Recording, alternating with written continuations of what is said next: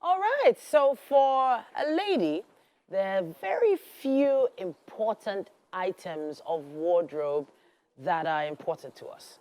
And we probably from childhood think of that wedding dress we're going to wear when we eventually grow up.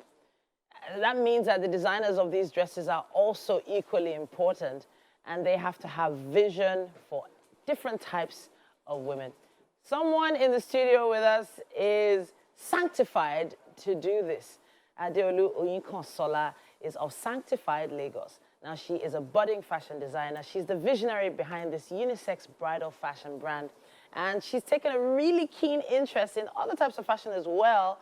But she discovered that, yeah, bridals was what she wanted to do next. It's great to have you in the studio. Thank you so much. Thank you for having me. I think you have to be gifted by God to be able to make wedding dresses for women because of all the bridezillas out there. Right. How have you been able to constantly recreate designs over the years? Talk to us about it. Honestly, I feel like sometimes I have imposter syndrome in a way. Really? Because sometimes I just have an idea and I put pen to paper and something just comes out and I'm like, did it really just happen? Okay. You know, so I'm just very grateful that over the years, all my clients have been satisfied with what they have. Okay. And now I'm in this next step of my journey where I can now start creating things from my own heart and see if they want that instead of just like what they bring to me. All right. Now let's talk about how your tailoring journey began. When did you decide, you know what, this is what I want to do, and what happened next? I think for a very long time, I spent so much effort in dreaming. Okay. So at first, I figured out that I could create, you know, clothes, outfits in my mind, you know, daydream a lot and, you know, style them. And then at some point, I was like, okay, let me take it a step further, you know. And so I spent a lot of time dreaming from 2010 to around 2017, and then I had to make a decision. Okay. So around 2018, I decided to, you know, go to a local bridal store around my area. It's actually a designer called Erish Fashion. Okay. So she trained me and she taught me all the things I know now. All right. So I'm very, very grateful. So from 2018 to 2020, I was able to train myself. So you went through the training, you did the work, and now you're churning out these beautiful pieces. Now, let's talk fabrics. What are your favorite fabrics to work with? I think any form of satin.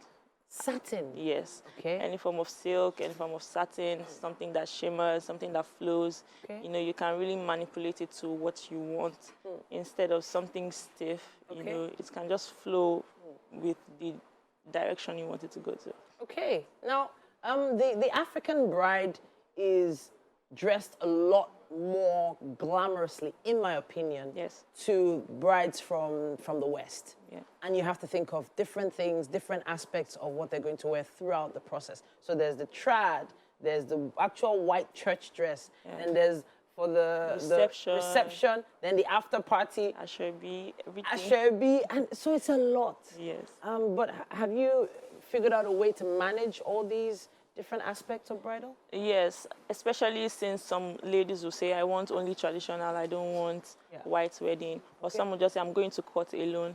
So I think at the end of the day, catering to the client, you know, must be like the main factor over sometimes your creativity. You know, catering to what their vision is what really, really helps me, yeah. All right, so I know you came along with some models, and we're about to see some of your pieces. But we are so excited to see those. We're gonna, you know, get to the models in just a bit. Okay. But let's talk about the collection that you decided to bring along with you today. Does it have a name?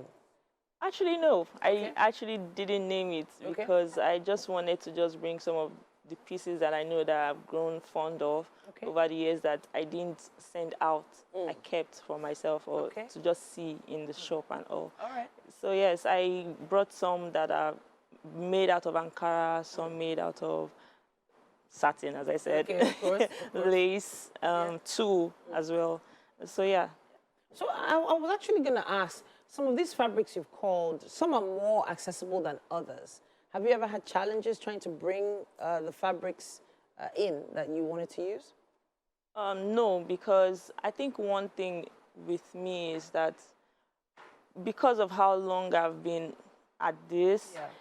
you just learn to adapt to your surroundings. Okay, what is available, and then work with the fabric, work with what is available to you. Of course, by God's grace, when there's room for expansion, then you can now say, oh, I want to go all the way to China and bring some fabrics and work with that. Okay. But for now, to remain profitable and to remain creative and to not be stuck in a rut, Yeah. you just have to work with what you have around you. Yeah. So I love the term, you used the term profitable, because I was actually going to go there. I was going to go into how much profit you're able to make. Well, from what I'm seeing right now from these images, I know that you have a lot of patronage. Now let's talk about some of the images we're seeing there. Is this for a little bride? Yes, for a That's little beautiful. bride. What Or fabric for a was that? birthday. That's actually scuba. Oh, okay. Funny thing is, I kept it for a very long time, that particular fabric. You can't Really? even see the quality anymore. Okay. Like that. So when you think about the women's clothing, you know it has to be elaborate. But Yes. then what about the men's clothing? Because you also make items for men as well. Yes. I think for men, most men just want comfort. Okay. They really don't like the frills like us. Okay. So I think what I focus on with them is how does it fit? Does it fit right? Does it look sharp? Like that's the goal, to get it as, fitted as possible. So that's what I go for with men. All right. Well, honestly speaking, I think you also have to have a very dynamic view, perspective on fashion to do for both men and women. So that means you've done bride and groom sets before. Yes, yes. Yeah? I think maybe because my first inspiration was a suit. Okay. So I gravitated more towards male clothes from the beginning. So I spent a lot of my effort there. Okay. And so now moving to bridal, it kind of became easier because people already adapted to me being a male designer. Okay. So, yeah. All right then. And now for those of you who are eager to see some of these designs, you do not want to leave your seat right now. We're going to take a quick break, and then when we come back, we'll see some pieces from Sanctified Lagos. Still talking fashion right here on Wake Up Nigeria, and we have Oyinkansola of Sanctified Lagos in the building. Now, some of the pieces she's created are coming out right now. And can we have our first model, please? Okay, so we're starting from the Ankara looks now. Let's see. Okay, so talk to us about this piece, Oyinkan. Okay, so this is an Ankara outfit, and it's made with suede, I think. Suede? Yes. At the bodice? Yes, at the bodice. And then a nice net lace at the top as well. And then my assistant beaded it. I would not take credit for the beadwork because it's very intricate and very amazing. All right. So she did Sorry, that. could you push your hair to the back and let's see the beading a little bit more? Okay, so this is what we're talking about. So that's sequins and beads, right? Yes. All right, fantastic. And that's suede at the bodice. Yes, it's a corset top. All right. Yeah. So I love the fact that it's an isometrical. So it wasn't like a sweetheart at the bottom. Yes. Yeah, really nice. Really, really nice. Could we see the side, please? Could we see the side? All right. Of course, so it has a little train as well. A little bit of a train at the bottom. Could you hold that? Hold that? Okay, yeah. So a little bit of a train at the bottom to give it a nice flowing look. I'm loving it. I'm loving it. So you made this possibly for the trad. Yes, or just if you're a guest as well, if you're a wedding guest as well. Fantastic. All right, so we're going to take a look at that train now. So it's a nice train look there. I'm loving the fabric that you've decided to use. But I've not heard of them use suede for a bodice. Right? Before. Yeah? But I actually have seen something like that before, to be honest. But when I used it, I actually had that fabric, and I was like, I have to use this and not waste it. And so I decided to create something like that. All right, then. Can we have our next model, please? Okay, so we are, if you're just joining us, we're looking at pieces from Sanctified Lagos, and Oyinkan designed all these. All right, so our next model, what's she wearing? This is also a corset dress, Okay. And this is also a mermaid shape, A-shape dress with a train. This train is longer and it's, you know, fuller than the other one. And then I decided to pleat parts of the bust area to just create a form of a design. And this time the shape isn't asymmetrical that you pointed out. Yeah. Yeah, it's not asymmetrical, but I'm also loving the colors of fabric that you decided to pick. Thank you. Very bold colors. You. And it's already such an elaborate fabric that you didn't really need to do any more work on it. Yes. But then what is the fabric on the corset? It's a satin, actually. Okay, so satin and Ankara combo. Yes, yes. All right, fantastic. So this, what do you call this design? It's not exactly off the shoulder, It's more like a crisscross. Crisscross? Thing that I just put together. All right. Sorry, could you push your hair back so we can see a bit more of the design? All right, fantastic. Great. I'm loving that cut. Loving the cut.